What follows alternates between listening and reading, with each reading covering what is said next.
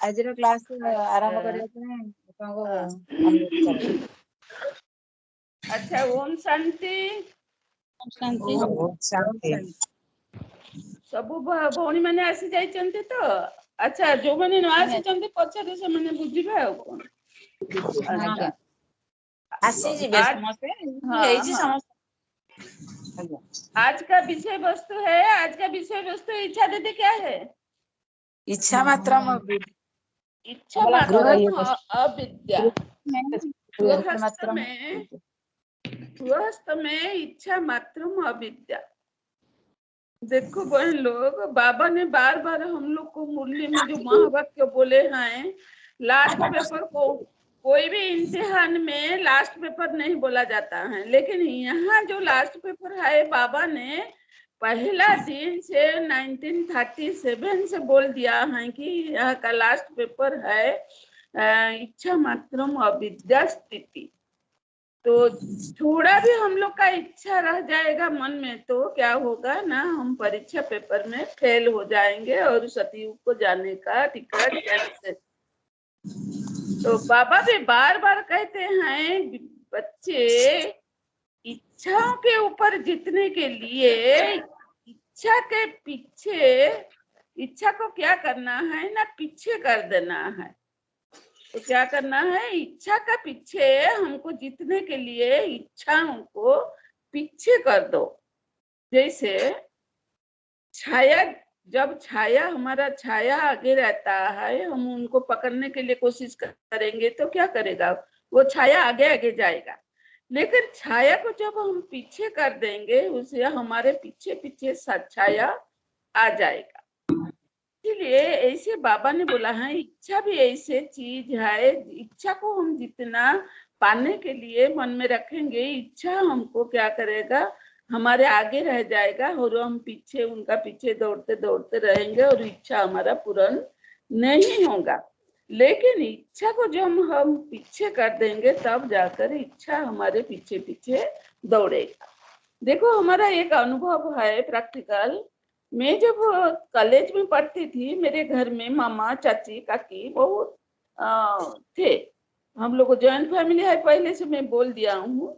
तो मेरा वही टाइम क्या हुआ है ना, मैं अकेली, मैं वही टाइम तो लड़की लोग को कॉलेज में पढ़ने के लिए तो जाने नहीं देते थे, बहुत मुश्किल से पढ़ते थे। मैं हमारे जो जॉइंट फैमिली का घर है उनसे मैं पहले कॉलेज में पढ़ाई की है। तो इसीलिए मेरे घर वाला सब क्या करते हैं, मेरे को बहुत प्यार करते थे। जब मैं कॉलेज जाने के लिए निकलती थी उसी टाइम वो लोग पहले मेरे लिए, पहला दिन से मेरे लिए सब कोई, मेरी चाची मम्मी काकी बहन जो भी है साड़ी पहनने वाला, वो पहले दिन से मेरे लिए एक एक साड़ी ला करके रख देते थे, मैं पहन करके जाने के लिए। लेकिन वही टाइम मेरे को, आप लोग को मालूम है, बचपन से मेरे को कोई पहनना खाने के लिए कोई इच्छा है कभी नहीं हुआ। तो इसीलिए क्या होता है, वो जो डेली उन लोग को ला करके मेरे को कपड़ा देते थे पहनने के लिए, मैं उनको खुशी करने के लिए उसको पहनकर जाती थी। लेकिन मेरे को कभी इच्छा नहीं होता था कि वो मेरे को देने से मैं पहनकर जाऊंगी।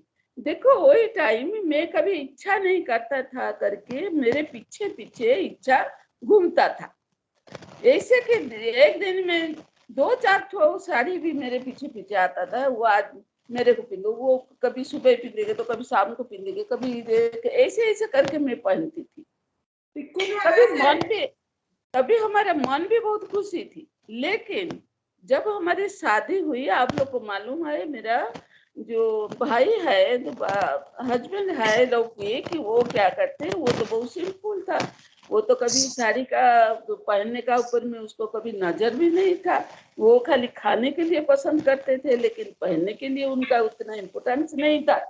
मेरे को बचपन से आदत नहीं है मांगने के लिए, कि बोलने के लिए मेरे को वो चाहिए वो चाहिए, मेरे को बोलने के लिए आदत नहीं है। मैं बिना मांग करके, हम सोचते थे तो पति लोग का तो ये ड्यूटी है देने का, वो तो लाकर देंगे, लेकिन वो क्यों, उनको तो उसी में ध्यान नहीं जाता है। ये कभी वो मैंने कभी इतना देने के लिए उनको भी ध्यान नहीं जाता है।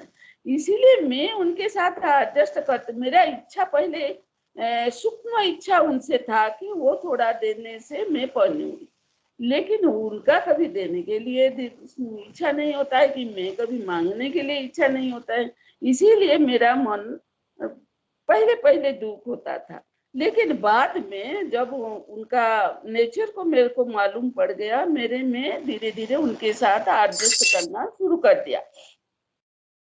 तो एडजस्ट करने के बाद फिर क्या हुआ, समय आया मेरे पीछे, मैं पीछे कर दिया ना, तभी मैं पीछे कर दिया, मेरा इच्छा को पीछे कर दिया। मैं इच्छा मात्रम अविद्या स्थिति में रह गया और इच्छा नहीं किया, चलो जैसे चलता है ठीक है। तो बाद में समय ऐसे आया, तो हमारे पीछे पीछे फिर साड़ी इतना मेरा पीछे आया, अलमीरा का ऊपर अलमीरा भर गया। तो भर गया तो अभी मेरे को कोई साड़ी देने के लिए चाहता है तो मैं बोलती हूँ मेरे को बेकार मत दो, और मेरे को पहनने के लिए दिल नहीं है।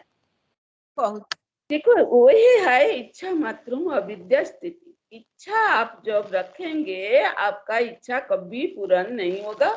आप सूक्ष्म में भी थोड़ा भी इच्छा आपका दिल में रखेंगे तो मेरे को वो चाहिए, ये चाहिए, ये चाहने के बाद वो जब पूर्ण हो जाएगा दूसरा इच्छा आपका पीछे आ जाएगा।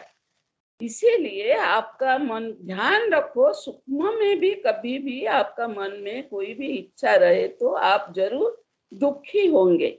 इसीलिए इच्छा को पीछा कर दो, पीछे रख दो, आगे चलो तो इच्छा आपके पीछे पीछे जरूर दौड़ेगा। ये मेरे अनुभव है। और कोई कोई बोलते हैं, आप तो बोलते हैं आपको भगवान पढ़ाता है, आपको भगवान तो हमारे तो ठीक है, आपको भगवान पढ़ाता है तो आपका भगवान हमारा मनोकामना पूर्ण कर देंगे तो हम उनको मानेंगे। कोई कोई बोलते हैं आपका भगवान हमको साक्षात्कार करा देगा तो हम मानेंगे। कोई कोई बोलता है आपका भगवान आपको जिंदा को मरने वाली को जिंदा कर देगा तो तभी हम मानेंगे आपका भगवान है करके। लेकिन आप मानो न मानो, सत्य का नौका कभी हिलेगा डुलेगा लेकिन कभी डूबेगा नहीं। इसी का मतलब नहीं कि भगवान एक काठ का पितुला है, आपका जो इच्छा होगा वो वही अनुसार करेंगे, नहीं। भगवान हर एक जो चाहता है वो वही सबका इच्छा पूर्ण करने के लिए नहीं आए हैं।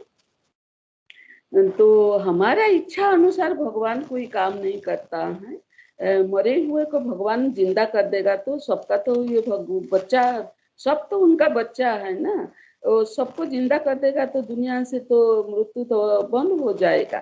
तो कोई तो मरेंगे नहीं, सब तो अमर बन जाएंगे। क्योंकि सब तो भगवान का बच्चा है। ऐसा नहीं कि आप कहेगा आपका जिंदा कर देगा, वो कहेगा उसका जिंदा कर देगा, दूसरा नहीं बुला है करके उनको मार देंगे, ऐसा नहीं। भगवान का सब बच्चा है, मतलब भगवान का पास में कोई पार्शलिटी नहीं है। भगवान अमर बाबा का वरदान देते हैं लेकिन किसी का ये को मरे हुए को कभी वो जिंदा नहीं करते हैं। आपको अमर बनने का लिए इच्छा है तो आप भगवान का, जैसे माता पिता का बात मानने से माता पिता आपका इच्छा को पूर्ण करते हैं, ऐसे परमात्मा का श्रीमत पर हम चलेंगे तो हमको क्या होगा ना, परमात्मा भी हमारे मनोकामना पूर्ण करेंगे। और अमर पद पाने के लिए आपको दिल होता है तो अब बाबा भी आकर के हम आत्मा रूपी पार्वतियों को सत्य नारी, ये अमरनाथ है, परमात्मा अमरनाथ है, ये अमर पद अभी दे रहे हैं या अमर भव का वरदान दे रहे हैं। तो अमर बनने के लिए आप चाहता है तो परमात्मा अभी जो हम पार्वती आत्मा रूपी पार्वतियों को अभी सत्य नारायण की अमर कथा सुनाते हैं ब्रह्मा मुख द्वारा, उसी को अभी हमको गृहस्थ भी रह करके प्रैक्टिकल में करना है। तब जो पवित्र दुनिया का कार्य में अभी हमको सहयोग देना है, तो कमल फूल समान पवित्र बनना है, तब जा करके हम पवित्र दुनिया का दुनिया में जा सकेंगे, जिसको अमरपुरी कहा जाता है या सतयुग कहा जाता है। बाकी साक्षात्कार या ध्यान दीदार में कुछ फायदा नहीं है। तो ये अल्प समय का खुशी करने वाला वो है जो साक्षात्कार होता है, ध्यान दीदार भी चले जाते हैं।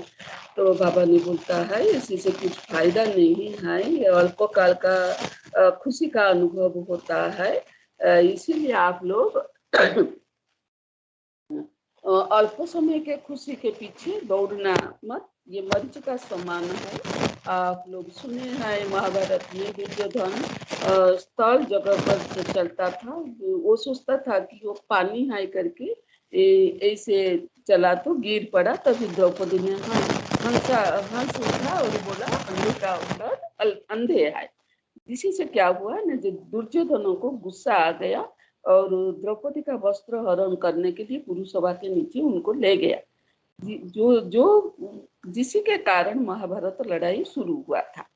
तो इच्छा मनुष्य का मरीच का समान है, तो मरुस्थल के समान है, उसी का पीछे हम लोग दौड़ेंगे तो आप कभी भी अच्छा बन नहीं सकेगा।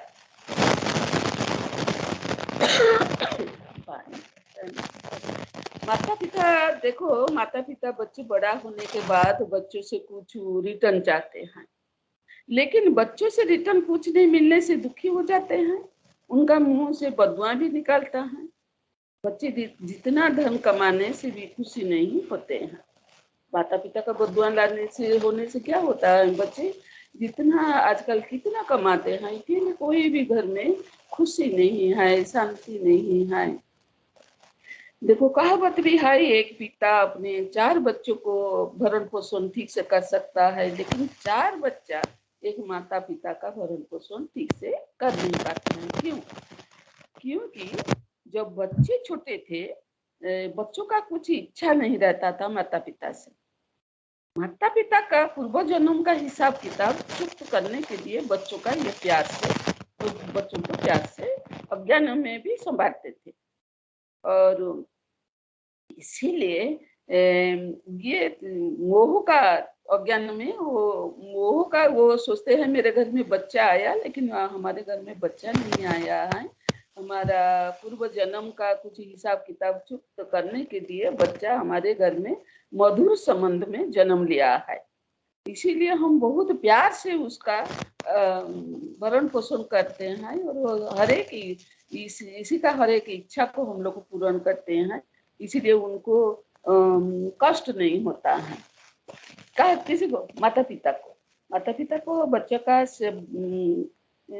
सेवा करने के लिए, पालना करने के लिए उनको कष्ट नहीं होता है, क्योंकि वो खुशी खुशी से अपना कर्जा चुक्त कर देते हैं। देखिए अज्ञान में, लेकिन लड़का को कष्ट होता है अपना माता पिता का कर्तव्य करने के लिए। क्यों न? क्योंकि माता पिता उसे कर्ज लिए थे, इसीलिए अभी वो खुशी खुशी से चुक्त कर देते हैं। कर्ज चुकाने के बाद यदि उसका पुण्य का खाता डिपॉजिट रहेगा तो बच्चे भी अपना कर्तव्य कर रियलाइज करेंगे। समझ में आया?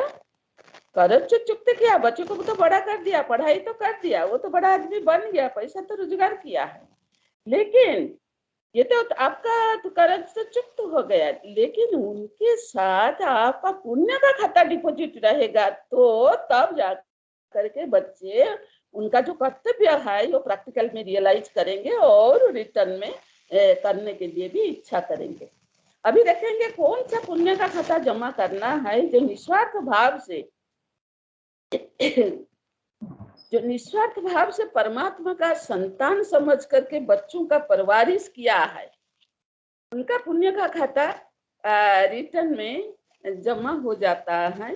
और वो संगम पर दोनों कार्य हम लोग को करना है।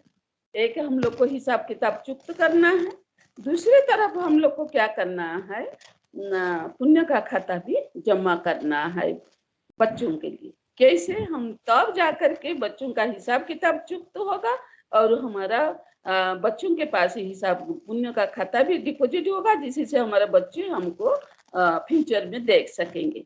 अभी देखेंगे अनुभव के आधार से, देखो हम लोग को जितना शारीरिक और मानसिक आर्थिक कष्ट होने से भी हमारा नजर रहता है, क्या नजर रहता है, बचपन से तो हम लोग बच्चों को ज्ञान, हम तो ज्ञान में आ गया है।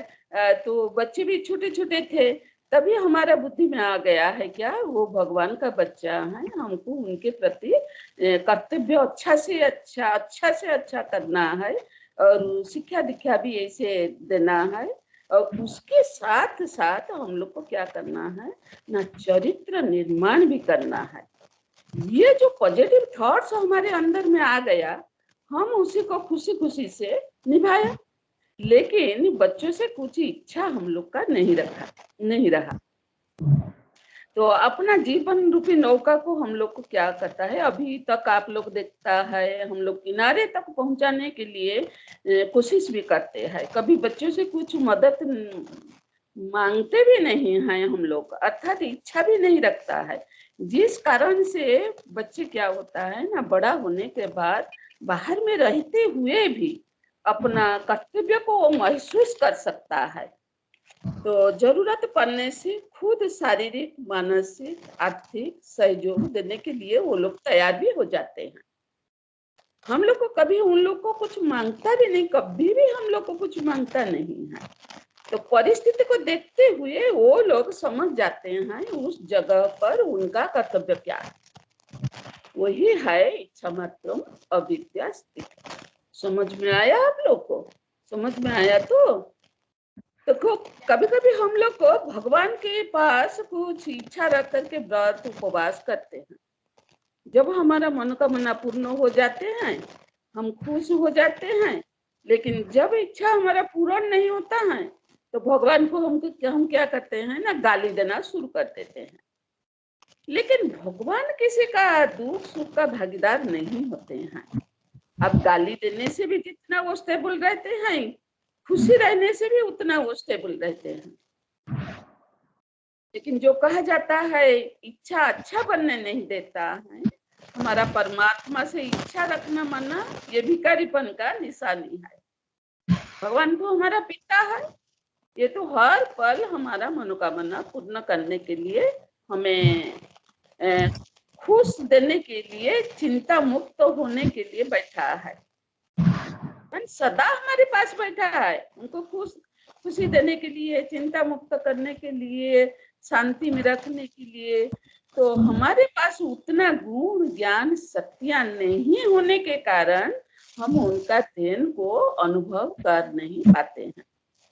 समझ आता है? तो हमारे परमात्मा का साथ क्या संबंध है हमको मालूम नहीं है। पहले अज्ञान में हम लोग को मालूम नहीं होने के कारण हम क्या करते थे ना, उनसे कुछ प्राप्ति का अनुभव कर नहीं पाते थे। जैसे बोलते हैं बच्चे नहीं रोने से माँ दूध भी नहीं पिलाते हैं, ऐसे परमात्मा को जब हम घंटी नहीं पीटेंगे, धूप दीप नहीं देंगे, व्रत तप जप नहीं करेंगे, तब परमात्मा भी हम लोग को कुछ नहीं देंगे। लेकिन परमात्मा तो दया का सागर है, क्षमा का सागर है, उनको मांगना नहीं, ये तो सदा हमको देते रहते हैं। जैसे आप लोग को मालूम है ना, सूर्य को कभी आप मांगते हैं क्या धूप दो धूप दो? सूर्य को मांगने का जरूरत नहीं। सूर्य उसका हरदम उसका कर्तव्य करते रहता है, उसका किरण तो चारों तरफ फैलाता है, किसी को कम किसी का ज्यादा ऐसे भी नहीं। ऐसे परमात्मा भी सबका बच्चा है या सबका कल्याण करते हैं, लेकिन हम देह अभिमान होने के कारण हद के दलदल में फंस गए हैं। तो परमात्मा का असली, परमात्मा जो हमारा असली पिता है, उसको हम भूल गए हैं। आप लोग सोचो, कभी आपका पिता को आप बच्चे लोगों को कुछ जरूरत होने से मांगते हैं क्या? खाने दो, पीने दो। तो उसी को पाने के लिए हम लोग को क्या करना, व्रत करना पड़ता है ना, उपवास करना पड़ता है? नहीं। लौकिक पिता से कुछ मांगने पाने के लिए हम तो कुछ करना पड़ता नहीं, वो तो हमको बाउंड है देने के लिए।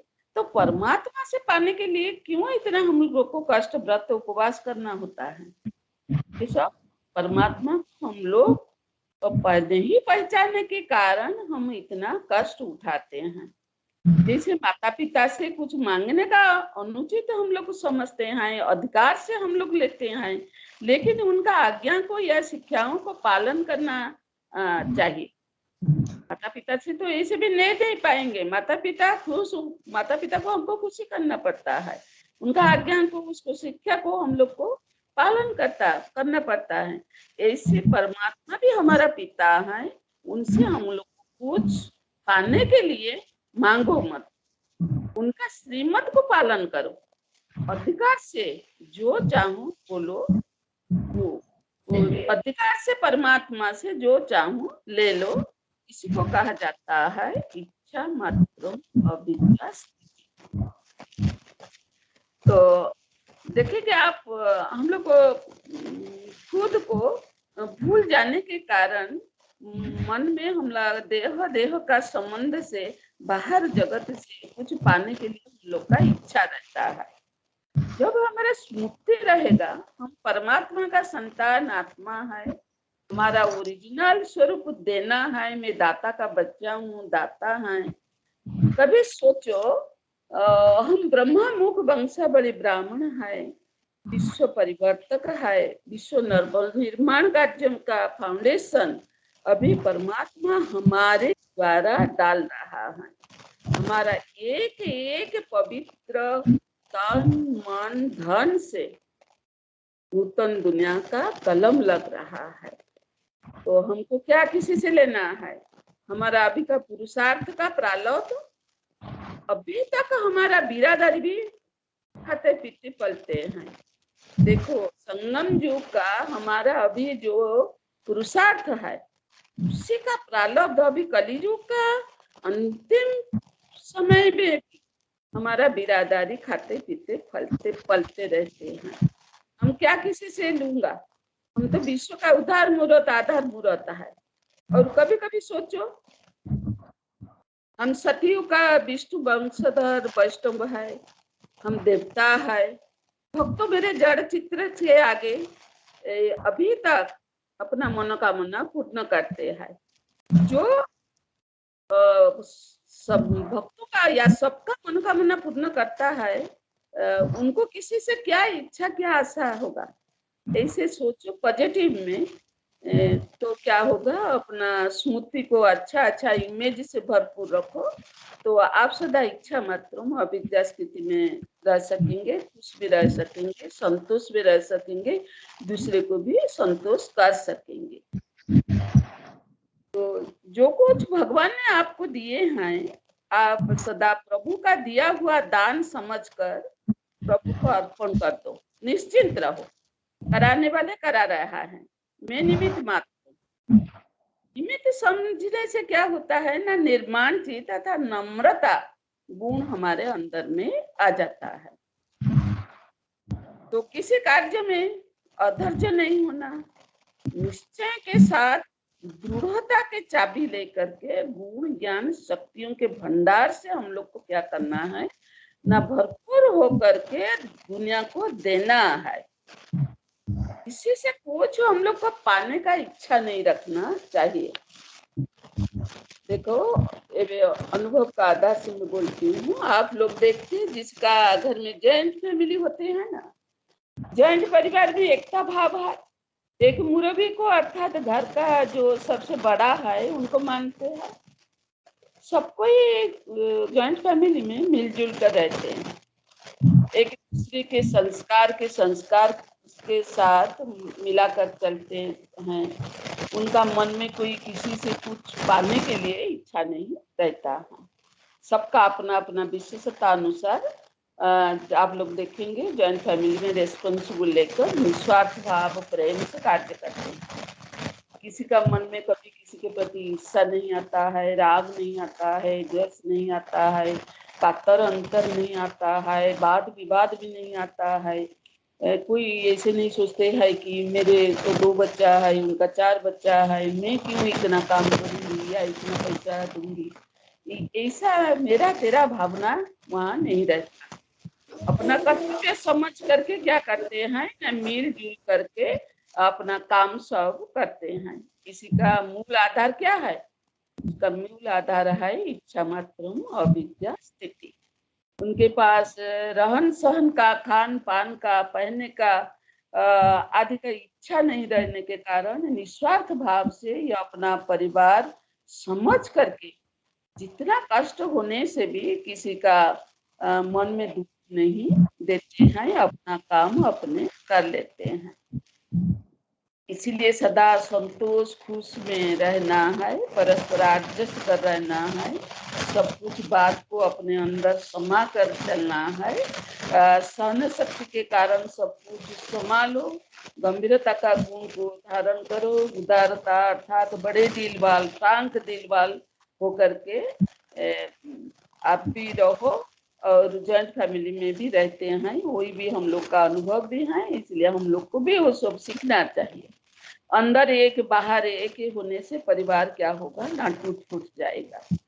इसीलिए जॉइंट फैमिली में देखेंगे आप किसी का स्वार्थ भावना नहीं होते हैं, वो निस्वार्थ प्रभाव से सबका सबके प्रति प्रेम भाव रहता है। त्याग तपस्या और सभी जैसे त्यागी तपस्वी हैं ऐसे मालूम पड़ता है कि इनके किसी का अंदर में कोई स्वार्थ भावना का इच्छा नहीं रहता है।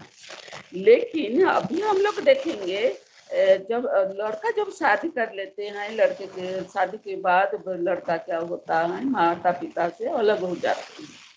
उसके पास बहुत सारा गुण था पहले, लेकिन शादी के पास देह अभिमान आने के बाद उनका मन में तेरा मेरा भाव आ जाने से ये छोटा सा संस्कार उनको क्या करता है, नीचे ले आता है। और तमोगुणी संस्कार के कारण बच्चे क्या होता है, स्वार्थपर हो जाते हैं, उनके पास अपना पराया भावना आ जाते हैं। तो लेकिन मनुष्य जब देवत्व गुण ज्ञान शक्तियों से भरपूर हो जाते हैं तब यह हर्ष का इच्छा से परे हो जाते हैं और देह का संबंध से परे होकर अनेक व्यक्ति वस्तु के आकर्षण से वो परे हो जाते हैं और प्रभु निकटवर्ती का अनुभव करते हैं, जिससे ये क्या होता है ना, बेहद विश्व सेवा के कलम हर्द से निकाल करके बेहद विश्व सेवा में कदम रखते हैं। कदम रखने के लिए उनका क्या होता है, हिम्मत आता है।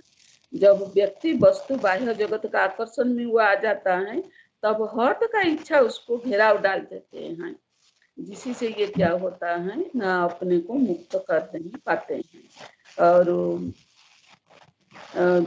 फल ये रिजल्ट क्या होता है ना, ज्ञानी अज्ञानी बन जाता है। फिर पीछे पुरानी दुनिया का पुरानी संबंध आकर्षण में वो फंस जाते हैं। धीरे धीरे अपने को क्या करता है, वो बेहद से किनारा कर लेते हैं और अल्प दिन का खुशी को वो खुशी समझ लेते हैं, लेकिन थोड़ा दिन में वो खुशी गुम हो जाता है। दुख अशांति कलह के दुनिया में वो फंस पड़ते हैं। तो ध्यान रखो, हम लोग को क्या ध्यान रखना है, सतयुग में जॉइंट फैमिली होगा, आप लोग को मालूम है। तो सतयुग में जॉइंट फैमिली होगा। अभी हम लोग जॉइंट फैमिली में रहने का, एडजस्ट करने का जब कर नहीं सकेंगे, सतयुग में भी वो भी एक गुण हम लोग का कमी हो जाएगा, तो हम लोग भी जा नहीं पाएंगे। तो कोई चीज पाने का लक्ष्य रखो, लेकिन शुद्ध कोई चीज हम लोग को लक्ष्य रखो, वो गोल को मैं अचीव करूंगी, लेकिन वो इच्छा आपका शुद्ध इच्छा होना चाहिए। ये अशुद्ध इच्छा रहने से आपको क्या होता है ना, कष्ट होगा। लेकिन संपूर्ण बाह्य जगत का इच्छा से अपने से क्या होगा ना, अपने को मुक्त रखो, इसी से आप खुशी भी रहेंगे, संतुष्ट रहेंगे, साथ दूसरे को भी खुशी शांति संतुष्ट भी कर सकेंगे। तो इच्छा हमको क्या करता है ना, अच्छा बनने नहीं देता है। Want is unlimited. एक इच्छा हम लोग का पूर्ण हो जाता है तो दूसरा इच्छा, तीसरा इच्छा, चौथा, ऐसे इसका परिवार उनका पीछे पीछे आ जाता है। आखिर हम इच्छा के पीछे दौड़ते हैं, हमको वो चाहिए वो चाहिए वो चाहिए। वो तो सब तो इच्छा पूर्ण नहीं हो सकेगा। लास्ट में लोग क्या होता है, निराश उदास डिप्रेशन का शिकार बन जाते हैं। तो आजकल देखो बाह्य भौतिक जगत में हम लोग का इच्छा बढ़ जाती है। हम लोग जितना कमाने से भी धन का कमी का अनुभव होता है। जिसका पास पैसा नहीं, फिर भी वर्तमान जो लोन का सुविधा हो गया है, जिसी से लोगों का इच्छा क्या होता है ना, बढ़ते जाते हैं। इच्छा बढ़ने के कारण ये बिना लोन से रह नहीं पाते हैं। तो लोन करने से क्या करता है, वो चिंता को, दुख को, अशांति को खरीद कर लेते हैं। लेकिन चिंता क्यों हमारे अंदर में चिंता आता है, उसका दिमाग में आने से भी वो उसको ऐसे समझ करके बेसमझ के माफी चलते हैं। तो कर्ज से हम घर में सामान लाते हैं, लेकिन उसके साथ हम क्या करते हैं, कर्ज करने से देखो हमारे घर में बहुत कुछ आ सकेगा, हम घर पूरा परिस्थान बना सकेगा, लेकिन उसके साथ हम लोग को क्या लाएगा, चिंता लाएगा, दुख लाएगा, अशांति लाएगा, अभाव अनटन खरीद कर घर लाकर रखेंगे। आपका समझ में आया? तो लोन करने से हम लोग का, लोन के साथ हम तो अच्छा चीज करके घर में ले आया, लेकिन उसके साथ हम क्या क्या खरीदाया ना, चिंता दुख अशांति अभाव अनटन को भी खरीद करके घर ला करके रख दिया। आप लोग सुने होंगे 2 साल पहले न्यूज में सुनी थी, लोन चुकता कर नहीं सका, विदेश में बहुत लोग बेघर हो गए हैं। बैंक आखिर क्या किया ना, घर को ले गया, नीलाम कर दिया। देखिए हमारी इच्छा पूर्ण करने के लिए हम तो आगे पीछे कुछ सोचते नहीं है, लोन करके आखिर दरिद्रता को हम खरीद कर लेते हैं। जो इच्छा करने से तन मन धन तंदुरुस्त रहेगा, स्वभाव संस्कार में परिवर्तन आएगा, समान के संबंध में मधुरता रहेगा, चिंता दुख अशांति से मुक्त होंगे, वही इच्छा रखो। जितना हमको भगवान दिया है उतने में संतोष रहो, खुशी रहो, खुशी बांटो। जो आप कर सकेंगे, जो आपके पास जितना सक्षम है आप कर सकेंगे, आप आगे पीछे सोच समझ करके करो। इच्छा मनुष्य को, बार बार मैं आज आपको बोलना पड़ता है कि इच्छा मनुष्य को अच्छा बनने नहीं देता है। इसीलिए बाबा कहते हैं बच्चे इच्छा मात्रम अविद्या स्थिति में रहो। कभी कभी देखेंगे आप, ज्ञानी अज्ञानी दोनों घर में रहते हैं, तो अज्ञानी तो बाहर से चीज खरीद करके खा लेते हैं, अपना मन तो खुशी कर लेते हैं, लेकिन ज्ञानी क्या करता है, ना घर में बनाकर खा सकते हैं, ना बाहर से खरीद करके खा सकते हैं। उनका इच्छा भी रहता है कुछ अच्छा अच्छा खाने पीने के लिए, पहनने के लिए, लेकिन वो कर नहीं पाने से क्या होता है, वो पुरुषार्थ मार्ग में थक जाते हैं, जिसी के कारण उसको भारीपन का अनुभव होता है। और वो ज्ञान में चलते चलते थक जाने के कारण फिर 2.5 इंच का जो जीवा है उनका बसवती हो जाने के कारण वो परेशानी हो जाती है, जिसी के कारण ये क्या करता है ना, प्रभु भगवान का हाथ को छोड़ देता है। लेकिन हम लोग को सोचना चाहिए, जो भगवान हमको खाने के लिए देते हैं ये भगवान का प्रसाद है, जितना हमको मिला है हम उनसे संतुष्ट रह करके खाना है। हमको दूसरे को देख करके बाह्य जगत में चल नहीं जाना है। अपना पुरुषार्थ मार्ग में खुद अपना विघ्न नहीं डालो और संतुष्ट रहो, खुशी रहो, तो पुरुषार्थ मार्ग में हमको आगे जाने के लिए सहज सरल हो जाएगा। एक अनुभव में आपको अभी बोलूंगी। मैं देखती हूँ, आप सिपाही मालूम है, सिपाही बड़ा छोलौकी बड़ा लड़का, वो आप देखेंगे वो अभी अपना जुहा को कैसे कंट्रोल करके रखे हैं। हम लोग बचपन से देखे हैं कि ये कभी माने रात को 2 बजे बचपन से उठते थे पढ़ने के लिए, लेकिन जब उठेगा वो दूध का जो डिक्ची है ना उसको लेकर के हीटर पर बैठा देगा और उसको राबिड़ करके बनाकर खाते थे। लेकिन जब ज्ञान मार्ग में थोड़ा बड़ा होने के बाद उसका दिमाग में आ गया है, उसको खाने के लिए बहुत मीठा चीज पसंद था और पहनने के लिए भी उसको बहुत टिप टॉप में रहने के लिए बचपन से पसंद था। अच्छा पहनेंगे जूता, शर्ट पैंट, तो उसका अच्छा अच्छा सब चाहिए, पढ़ाई भी अच्छा होना चाहिए। लेकिन समय आया जब वो 9th क्लास में पढ़ा तब उसका दिमाग में जो वो ज्ञान का कुछ घुसने लगे, वो धीरे धीरे सब कुछ खाने का चीज से वो अपने को मुक्त कर लिया। और कभी कभी 2-3 महीना वो बाहर में जाने के लिए पढ़ने से भी कहाँ भी वो एक खरीद करके कुछ नहीं बाहर का चीज खाते थे। और थोड़ा काकिया खीरा खीरा या गाजर लेकर के वो खा करके 2-3 महीना हम देखे हैं। वो गोवा डायमंड ड्यू गए थे, वहां पर वो खीरा और गाजर खा करके रहा है 3 महीना।